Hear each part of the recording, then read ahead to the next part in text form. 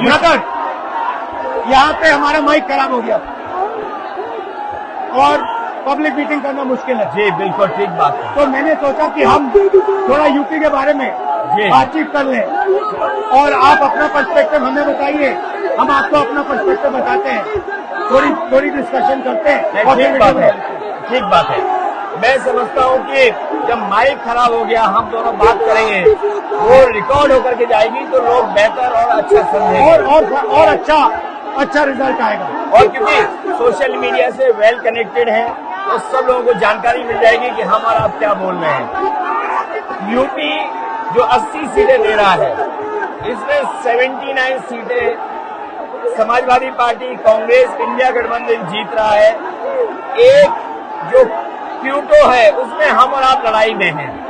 और इस बार क्यूटो नाम कैसे जापान वाला ही है? ये क्यूटो क्योंकि जो प्रधान सांसद हैं उन्हें सपना दिखाया था काशी के लोगों को कि दुनिया की सबसे बेहतर सिटी बनेगी क्यूटो। तो क्यूटो बनी नहीं बनी काशी के लोग ये तय करेंगे और फिर वोट डालेंगे। तो इस बार मन मर्जी नहीं चलनी है, मन की बात नहीं चलेगी, हमारे आपकी बात और 140 करोड़ लोगों की बात और संविधान की बात होगी। और आपने देखा, हम सब ने देखा कि यूपी को नरेंद्र मोदी जी ने बेरोजगारी का सेंटर बना दिया और इतनी बेरोजगारी की है। ये जितने बच्चे दिखाई दे रहे हैं, ये दिखाओ, वो लोग हैं दिखाओ जो अग्निवीर या पेपरनी जिसकी वजह से इन्हें नौकरी नहीं मिली है और ये सब रोजगार नौकरी चाहते हैं। बीजेपी ने जो झूठे सपने दिखाए थे इन्वेस्टमेंट मीट के, जो झूठा सपना दिखाया था डिफेंस एक्सपो का, जो सपने बेचे थे G20 में, लेकिन इन नौजवानों को न नौकरी मिली न रोजगार मिला, आज ये खाली हाथ हैं। तो इसलिए हमें और आप मिलजुल के जो आपने कहा, जो इंडिया गठबंधन कह रहा है कि 30 लाख बच्चों को नौकरी दी जाएगी, उस दिशा में हम लोग काम करेंगे। और पहली नौकरी पक्की स्कीम जिसके माध्यम से हर ग्रेजुएट को नौकरी का अधिकार, बेहतरीन ट्रेनिंग और बैंक अकाउंट में 1 लाख रुपए साल के। आपने नोट किया कि मोदी जी खटाखट बोलने शुरू कर दिए। ये आपके खटाखट के बाद वो रटारट खटाखट कर रहे हैं।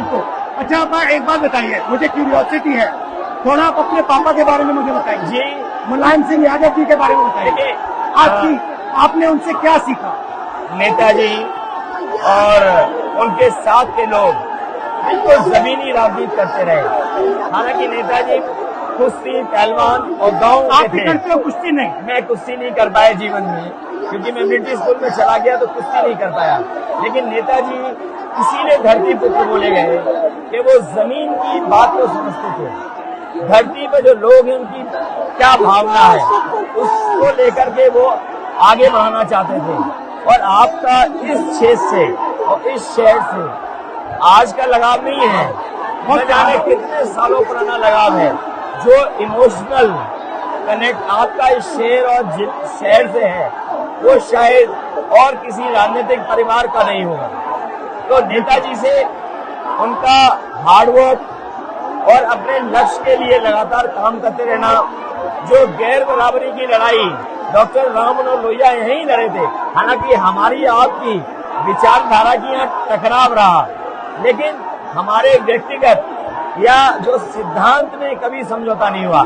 सिद्धांत को लेकर के हमने आपके साथ खड़े हुए और कई बार खड़े हुए, और आपकी भी पार्टी सिद्धांत से बहुत करीब रही समाजवादियों के। बट मुझे लगता है कि अब एक नई तरीके की पार्टनरशिप बन रही है, क्योंकि जो इस बार हमारा कोऑपरेशन है, शायद पहले ऐसा कोऑपरेशन नहीं हुआ।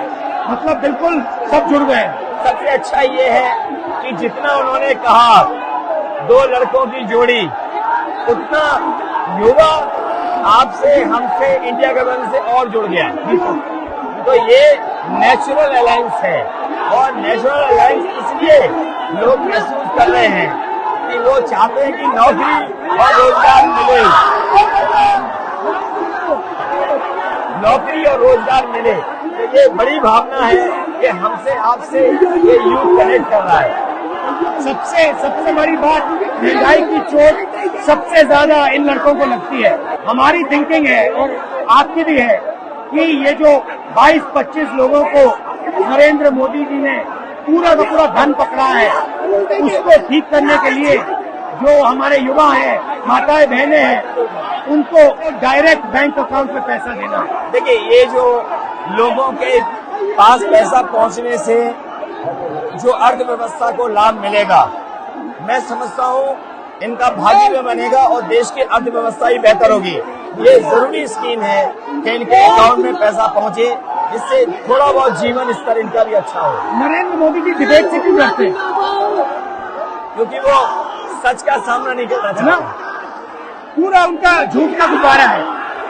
वो बीजेपी और बीजेपी के लोग मन मर्जी से चलते हैं, अपनी मर्जी से चलते हैं और उनको लगता है कि डिस्कशन की कोई जरूरत नहीं है, क्योंकि वो सब कुछ जानते हैं। डेमोक्रेसी में जितना डिस्कशन होगा, जितने विचार एक दूसरे को हम सुनेंगे और एक दूसरे पे भरोसा करेंगे, उतना हमारा लोकतंत्र मजबूत होगा। ये बीजेपी के लोगों ने न केवल हमारी जान को खतरा पैदा किया है, बल्कि लोकतंत्र को भी और संविधान को भी खतरा पैदा कर रहे हैं। और इसका नतीजा दिख रहा है कि चाइना हमारी जमीन के अंदर आ गया, ये बेरोजगारी बढ़ती जा रही है, जो प्रोडक्शन होता है वो नहीं हो रहा है, और पूरा का पूरा एक्सटॉर्शन, ईडी, सीबीआई, ये लोग मतलब एक्सटॉर्ट कर रहे हैं। कई बार सुनने को मिल रहा है और सरकार स्वीकार नहीं कर रही है, लद्दाख की हमारी सीमाएं सुरक्षित हो गई, और अरुणाचल के आसपास या सीमा जो चीन से छू रही है वो बहुत असुरक्षित है। तो चीन से जहां हमारा सीमाओं का खतरा है, वहीं चीन से हमारे बाजार को भी खतरा है। तो कहीं न कहीं हम लोगों को अपनी मैन्युफैक्चरिंग इकोनॉमी और मैन्युफैक्चरिंग इकोनॉमी को बढ़ावा देना पड़ेगा। और ये जो स्कीम्स है, पहली नौकरी पक्की और महालक्ष्मी, ये मैन्युफैक्चरिंग सिस्टम को, इकोनॉमिक सिस्टम को जंप स्टार्ट करने के तरीके हैं। ये बहुत अच्छा जंप स्टार्ट होगा। इसको अगर फोकस होकर के आईआईटी, पॉलिटेक्निक, इंजीनियरिंग कॉलेजेस को, इन सबको इकोसिस्टम में ला करके, मैं समझता हूँ युवा नौजवानों को अच्छी नौकरी और रोजगार मिल पाएगा। और हमारा लक्ष्य है कि सब, हर जात को भागीदारी मिले, स्पेस मिले, हर इंस्टीट्यूशन में, बिजनेस में, एजुकेशन के सिस्टम में। तो वो हमारा, हम दोनों का लक्ष्य है। बिल्कुल। और क्योंकि जो बात सभी दल कहते थे, आज इंडिया गठबंधन कांग्रेस भी कह रही है कि सामाजिक न्याय जरूरी है, जाति गणना जरूरी है। देश के लिए ये बड़ी चीज है। जो दुनिया में अमेरिका है, यूरोप है, अपने उन लोगों के लिए जो पीछे छूट जाते हैं, उनके लिए कुछ काम करते हैं। तो हमारा जो देश जाति के आधार पर पिछड़ा है, तो इसको आगे बढ़ाने के लिए ये बड़ी भूमिका होगी इस बार। बहुत अच्छा लगा, अच्छी बहुत अच्छी मीटिंग है। मुझे लगता है कि ये यूनिक मीटिंग है क्या?